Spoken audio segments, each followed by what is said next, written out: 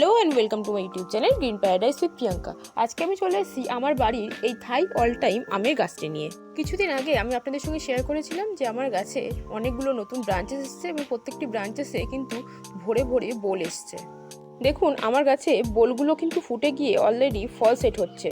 এবার থেকে সপ্তাহে একদিন করে ভিটামিনের সঙ্গে বোরন এবং এপসম সল্ট মিশিয়ে কিন্তু আমাদের স্প্রে করতে হবে। ফলগুলো আরেকটু বড় হলে গাছে খাবার দিতে পারেন, তবে এই সময় গাছে কোনো অজৈব খাবার না দেওয়াই ভালো।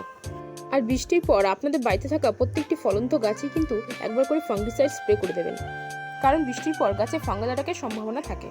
এই সময় মাঝে মাঝে আপনারা গাছে NPK 19-19-19-20-20 স্প্রে করতে পারেন। আজকে সকালে বৃষ্টি হতে আমি এখানে গাছে ফাঙ্গিসাইড স্প্রে করে দিচ্ছি। আমি এখানে ফাঙ্গিসাইড হিসেবে সাপ নিয়ে নিয়েছি, 1 লিটার জলে 1 থেকে 1.5 গ্রাম মিশিয়ে নিয়ে স্প্রে করে দিচ্ছি। আপনাদের যদি আরও কিছু জানার থাকে, আমি আমার চ্যানেলে অলরেডি গাছে বোল হওয়া থেকে শুরু করে আম বড় হওয়া পর্যন্ত পুরো যত্নের ডিটেলস শেয়ার করেছি, আপনারা চাইলে দেখে নিতে পারেন। আজকের মতো এখানে টাটা, সবাই ভালো থাকবেন।